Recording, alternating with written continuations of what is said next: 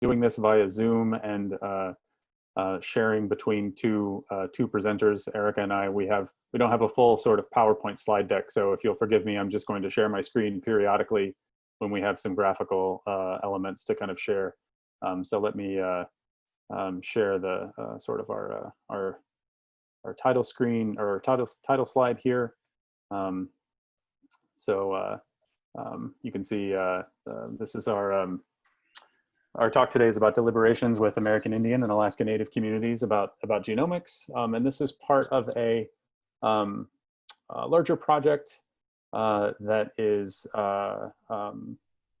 being done through a research consortium called the Center for the Ethics of Indigenous Genomics Research. That's kind of a mouthful. We call it CIGR usually, is how we abbreviate that. And that's the logo that you see there on the right is the logo for CIGR, our research consortium. And this is a consortium that started from a US National Institutes of Health grant a few years ago that involves researchers at the University of Oklahoma in Department of Communication, where I am, as well as departments of anthropology and Native American Studies and the College of Law, as well as the University of Washington School of Medicine, where Erika is, and then our community partners as well. So the Chickasaw Nation, which is one of the Native American tribes in Oklahoma, an organization called Missouri Breaks Industries Research, which is a Native-owned health research organization or company in South Dakota, and the South Central Foundation, which is a health organization that serves Alaska Native community members in and around Anchorage, as well as the rest of sort of South Central Arkansas. I see Robert Richards. That's what one of the other A states, Alaska, South Central Alaska.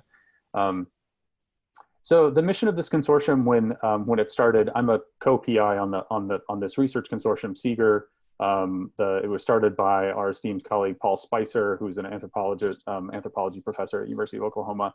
The mission behind this project was to explore American Indian and Alaska Native community concerns and interests on genomic research and medicine, primarily focusing on using deliberation as a tool for community engagement in Indigenous communities in the U.S. With the sort of the future of medicine and biomedical research being so focused on genetic and genomic work and interventions, those kinds of things raise a lot of ethical and societal and legal implications, also known as ELSI. Some of you might have heard that particular kind of terminology. Sort of ethical concerns about protection of data, protection of biological material, the ways that that genetic and genomic information might be able to be used to discriminate against people, things like that. And the issues that it raises for Indigenous populations are, in particular, pretty serious. So the idea behind this consortium was really to help sort of explore some of the concerns and the interests of Indigenous populations in the U.S. For kind of the future of biomedicine. So just a little bit about to kind of come back from our graphic land there. The kind of the influences behind some of this research are based on some of the previous work that has been done on using deliberation in health and community engagement and biomedical research. So there's been some work in, like in Canada, for instance, to use deliberative methods to engage community members on the future of doing biobanking and genomic research in places like British Columbia and other places in Canada.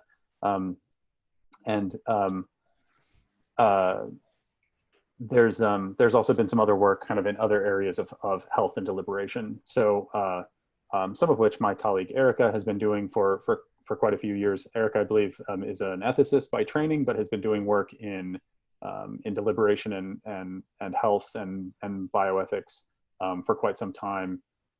This is a more recent kind of foray for me into this area.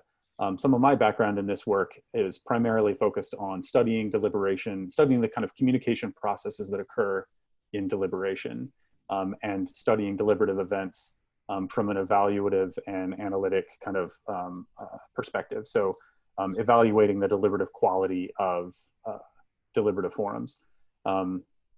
So I was involved in some of the research that John Gastel and Katie Knobloch and other colleagues have done in assessing and evaluating the quality of the Citizens Initiative Review, one of the forums, one of the kind of notable deliberative forums in the US.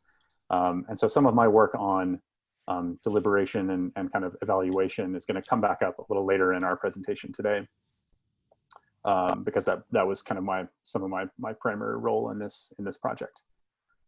As a little bit more background about kind of where we're coming from with the work we're presenting today, as I said, the Seeger consortium was oriented towards using deliberation as a tool for engaging with Indigenous communities in the US on genomics and kind of the future of biomedicine. In our research and review of the literature, we have noted that deliberative forums that are designed exclusively for American Indian or Alaska Native people and involving exclusively Indigenous peoples seem to be very rare. In fact, we think our work that we're presenting today might be some of the first work that's exclusively sort of focusing on Indigenous populations. There's been some other work that deliberation work, obviously, that has included Indigenous communities and Indigenous peoples in kind of a larger context. We'd love to hear. I know that there has been some work in Australia and in other parts of the world on doing deliberative engagement that involves Indigenous peoples, and so we'd love to hear more about some of that work. If there's anything we've missed, maybe. So if that comes up in the Q&A, we'd love to hear about it. But as we set out on designing deliberation to kind of engage with Indigenous communities in the U.S. on these issues, we were aware of and kind of tried to be sensitive to the theoretical and practical questions that arise when thinking about using deliberation in an Indigenous community context. So I think there are important questions about sort of the utility and kind of aptness of deliberation for doing work in Indigenous communities.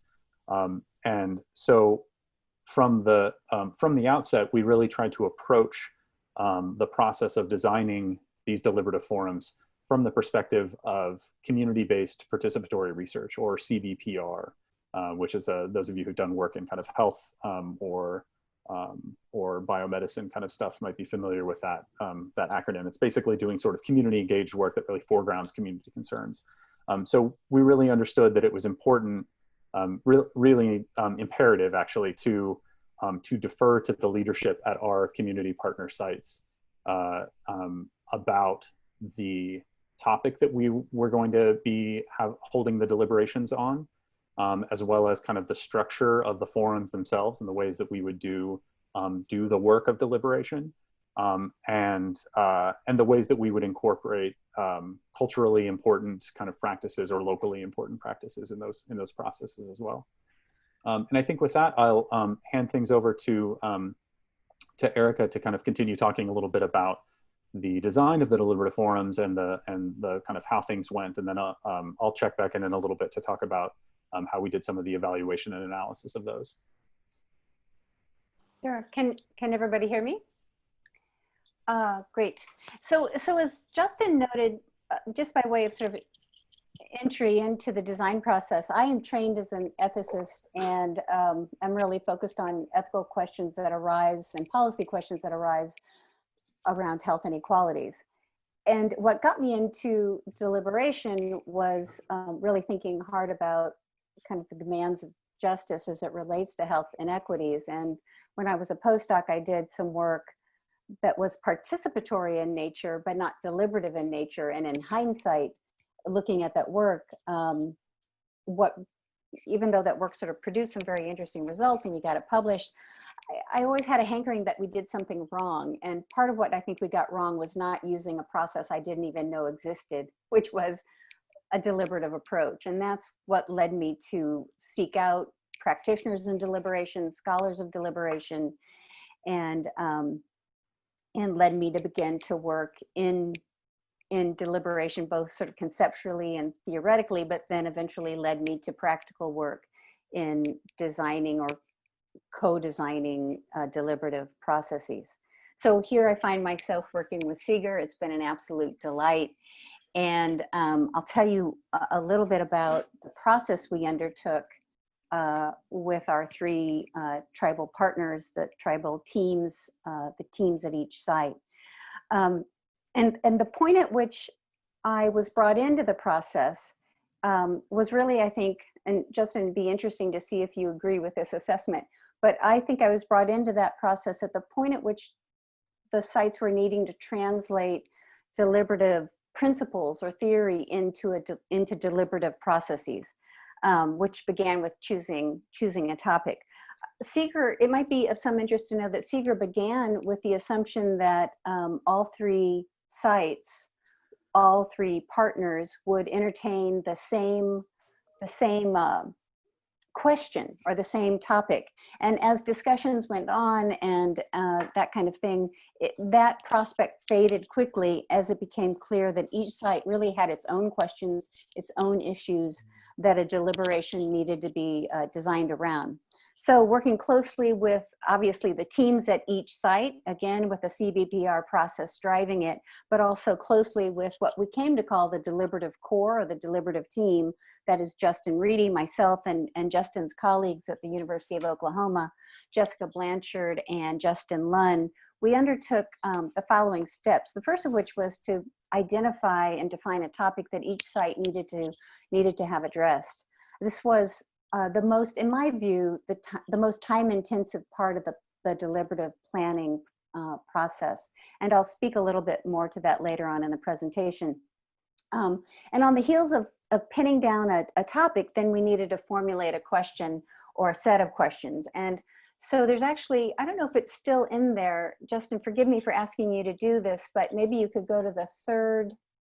Oh, this one with the topics? Yeah, here we go. Just to quickly let people see, so what that looked like was then 3 different topics at each site and a different deliberative question or set of questions. So with Chickasaw Nation, they were considering just the broad topic of, you know, participation in genomic research and biobanks. There, the overarching question being, do the potential benefits of participation outweigh the potential risks? At South Central Foundation, which is a healthcare facility that's authorized by tribal governments to deliver healthcare and which had been doing genomic research and beginning to undertake genetic testing, they had a different kind of question in mind, a question that was quite timely for them, which was, what are the potential benefits and the potential harms of genetic testing and the return of genetic results? Then with Missouri Breaks, they had a different sort of concern in mind, which related to data stewardship. So they wanted to ask questions around what types of data should be protected, were there special requirements or special protections for certain sorts of data? What does good tribal data governance look like for us? What kind of governance would we trust? So what we turned to after we had pinned down a topic and a set of questions for each site was then to design, as Justin has alluded to, a process, a deliberative structure, a deliberative process that would be both culturally appropriate, fit the context, that would also comport with key deliberative norms and practices that would put us in good stead, in other words, to achieve key deliberative goals. The upshot was 3 deliberations, almost identical in their structure, but with 3 different topical foci. So what you have here, and here it might be good, Justin, to go back to the second figure, which gives you kind of a far too many words on a single slide. And if you can believe it, I tried to eliminate many of those words, so it's less wordy than it was. Across all 3 deliberations, we had a 1.5-day deliberation. They were similar in terms of size, with the smallest being 15 deliberants, the largest being 21. The 3 sites agreed on a nearly identical set of pre and post deliberation survey questions.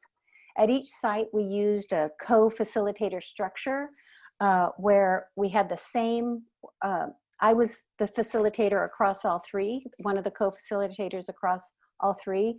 I was familiar with how to facilitate a deliberation, and then my co-facilitator would be someone familiar with facilitation, but not necessarily facilitating a deliberation. So this person became our community-placed facilitator, someone from the community, known to the community, familiar to the community.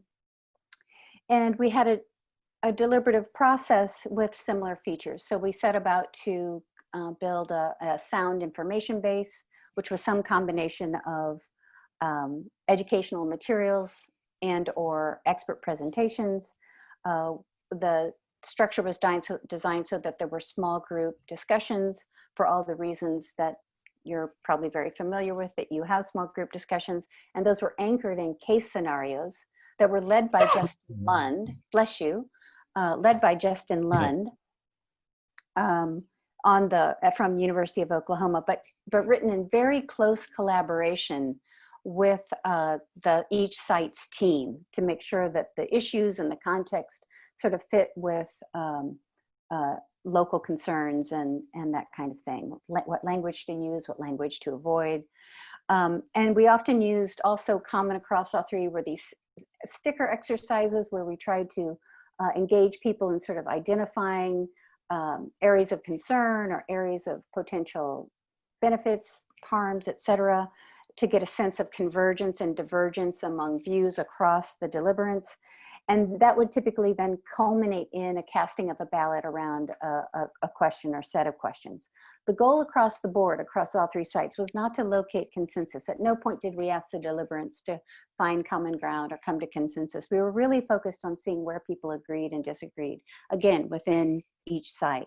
Let me just make 2 more points about the process, one of which has to do with recruitment. So each site used locally appropriate techniques they'd used in the past to recruit, but with a shared goal of achieving a sample of participants that was gender balanced and diverse, right? Diverse in terms of their age, and diverse in terms of education level, diverse in terms of place of residence, and with regard to exposure to experience with the health system and health research. Still, we cannot claim and do not claim that the participants in any of the deliberations were statistically or politically representative of their tribal communities. It's a problem I'm sure you all are familiar with who do these very small ins, have these very small sample sizes to get those sorts of, to get that sort of representativeness.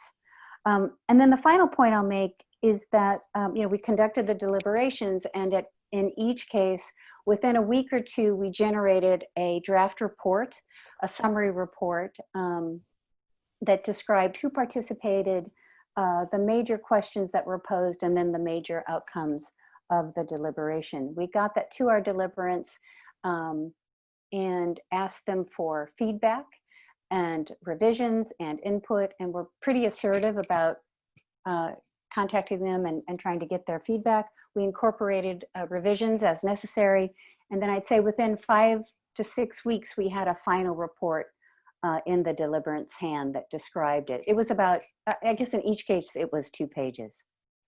So that, I think, Justin, did I miss anything? I think those are the key points of the sort of process.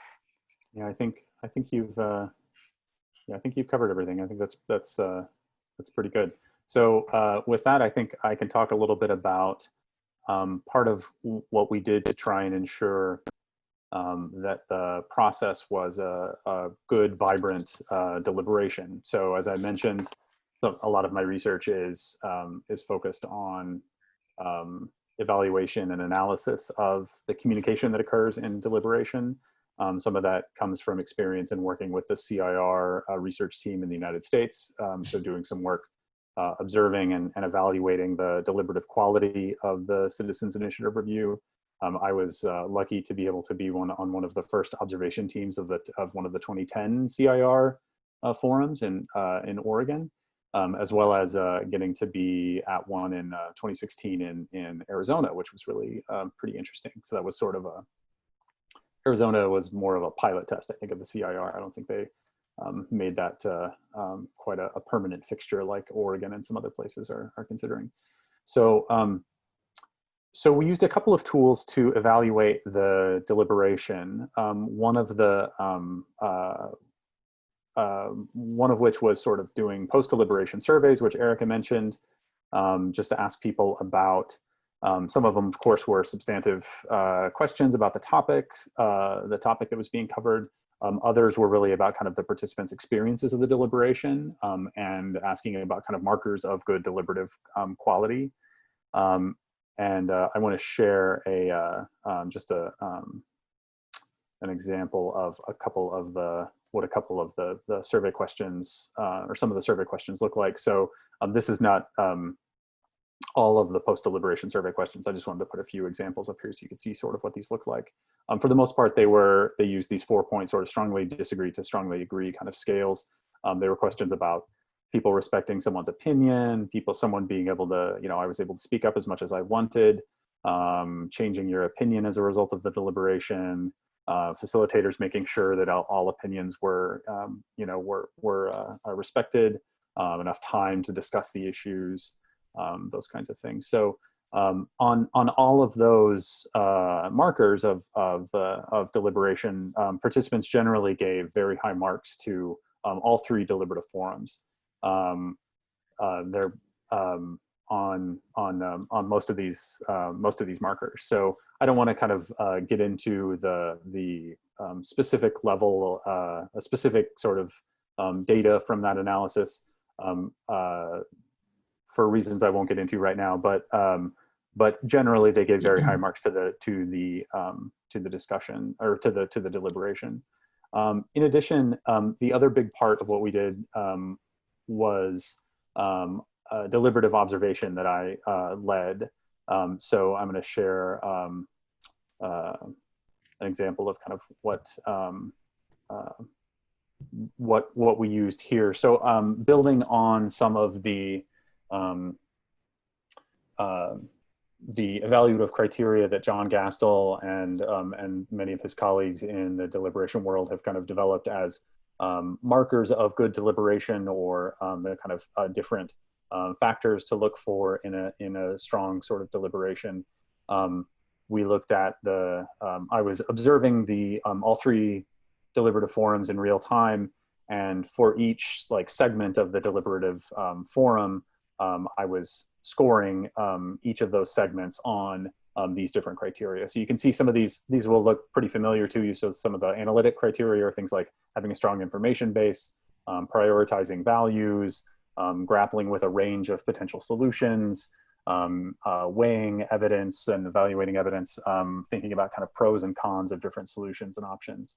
And then some of the social process kind of components of deliberation as well, like everyone having an equal opportunity to speak, people speaking in ways that are mutually comprehensible, people indicating that they're open to other ideas or displaying kind of mutual respect. So again, these are all kind of developing out of work like the Burkhalter et al. Piece about sort of deliberation in small groups, as well as some of the work that John Gastel and Katie Knobloch and others, who I think John and Katie were here speaking to you guys several weeks ago. Unfortunately, I was not able to attend, but so some of their work on evaluating the CIR. I wanted to sort of note that we added some other components to some of the deliberative evaluation in this case. So thinking about, I'm still mulling over how we can kind of phrase this, but this is work I've done in collaboration with my one of my colleagues at OU, Chris Anderson, who's a doctoral student in communication. Thinking about sort of evaluating both the experience of the deliberative forum itself, the kind of the process, the way the process unfolds in real time, as well as thinking about kind of the approach of the design of the forum and the ways that all the work that maybe goes in kind of on the front end to make sure that the deliberative forum is a good one. So thinking about kind of how things are framed, how issues are framed or presented in the process. The representation of diverse kind of stakeholder views in the process, even if those people or stakeholders may not be present, maybe ways that those can be included or noted in the process, as well as maybe the representativeness of the mini public or the population itself. The group having clearly defined tasks to work on, so sort of an output that they're working towards generating, or sort of steps along the way as they are developing through the deliberative forum, as well as kind of opportunities for feedback, people to being able to give feedback on the process as it's unfolding, or giving feedback on some of the information that they hear, or arguments that they hear in the deliberation. And last, thinking about sort of community or group identity. So discussing, this is getting people to sort of think beyond individual level concerns and thinking about the kind of community level concerns that are associated with the issue at hand, as well as potentially some of the broader, or how some of these issues might be understood but from the perspective of a broader kind of identity. So as I said, I did the sort of deliberative observation there in collaboration with Jessica Blanchard and Justin Lund at University of Oklahoma, who were there on hand observing these three deliberations as well. They're not deliberation people, but they were helping sort of take field notes and do observation, and they were a sounding board for me as I was doing this evaluation. And the results of the deliberation were, again, very good, good or very good on nearly all of the criteria. And I don't know if Erika explained exactly the sort of the scheduling of all of these. It turned out that all of them were basically held on the beginning of the first part was on a Friday evening, and then the second part was basically all day Saturday. So it was like a half day followed by a full day. So the evaluation was done kind of like sort of the first part Friday evening, and then the second part was Saturday morning, and then the third part was Saturday afternoon. In general, all three deliberative forums did very well on all of these criteria. And any criteria that were maybe not addressed or not applicable in a particular kind of segment of the deliberation, generally those were addressed later on in the process, or in some other, they performed well on those criteria in other spots during the deliberation. Moving on from the evaluation, Erika and I talked a little bit about thinking about sort of this as almost like a paper that we are working on, because in some ways it sort of is. We were thinking about sort of the implications of this work for deliberation practice and scholarship. And we have a couple of ideas for the implications that we think might be important for the implications of this work for deliberation practice and scholarship, but we'd love to hear more from you all as well during the Q&A. So we'll start with a couple that came to us at first, and then I think that'll lead in nicely to a Q&A kind of time. So one of the first ones that we came up with was that just designing and implementing these deliberations took a lot of time and a lot of resources.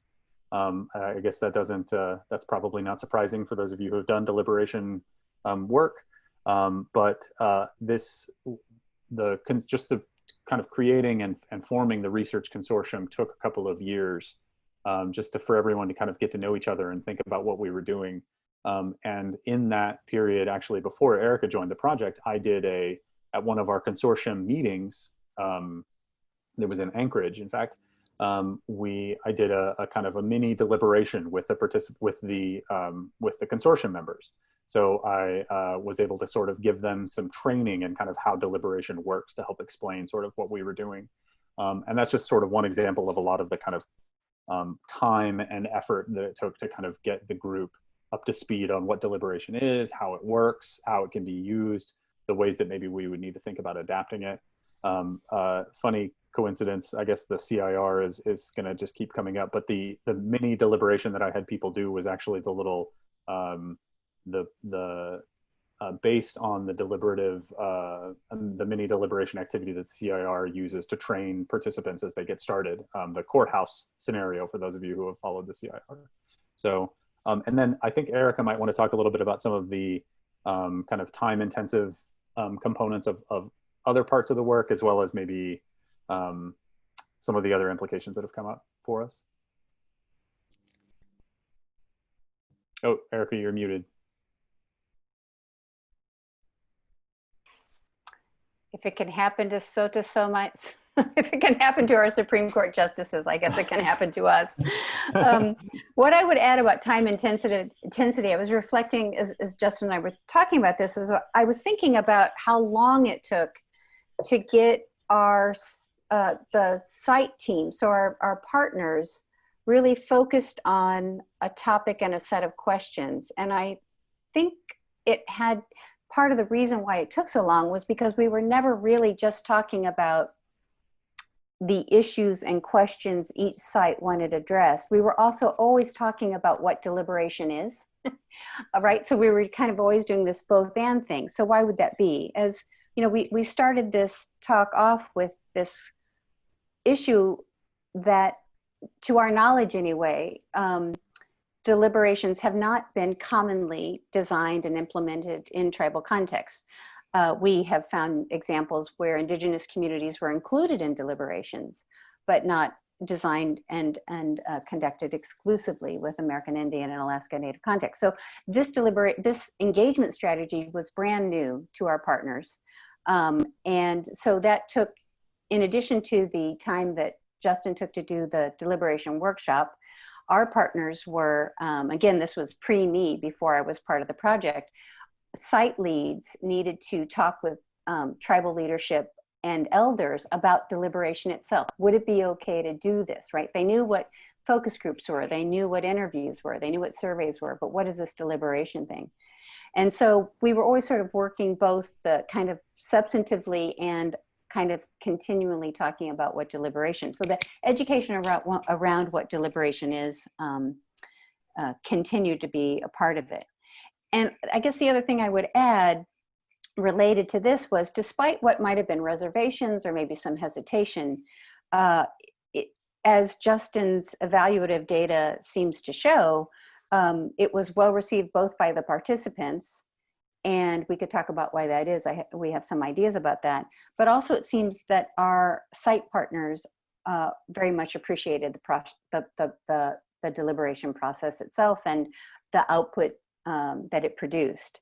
And I think that has to do with the fact that because they were a part of the planning process and they saw the care with which it was sort of all put together, and sometimes they were a part of the process or maybe even in the room, they felt that the deliberative output, if you will, really had some integrity. The only other thing I would say, just to put something in there for fodder, and this, I didn't even mention this to Justin, but it occurred to me as we've been talking, because I've been involved in designing a series of deliberations also around genetic, in this case, genetic variation that tracks with West African ancestry. And now that I'm involved with Seeger and doing this work, one thing that has always sort of concerned me, it's sort of been this suppressed concern I have, relates to framing. And I know you all are sensitive to this issue. Any deliberation scholar or practitioner is always worried about how the deliberations are framed. And I guess the question that arises to me whenever we're designing deliberations around genomic research or genetic testing or some sort of genetic variation is, and we're asking people, you know, what they think the potential benefits of that are, or how important it is, what their priorities are, that we, at least it's been my experience or my concern has been that we have not done a good enough job of situating the genetics within the broader frame of the social determinants of health, because what drives differences in health, what we call health disparities or health inequities, are not our genetics, but rather the places, you know, the places and spaces in which we are reared and live, work, and play. And so I guess the framing of the deliberations is always something that I'm thinking about, and that I'm not convinced in my own mind that has been adequately addressed. Anyway, I'll stop there.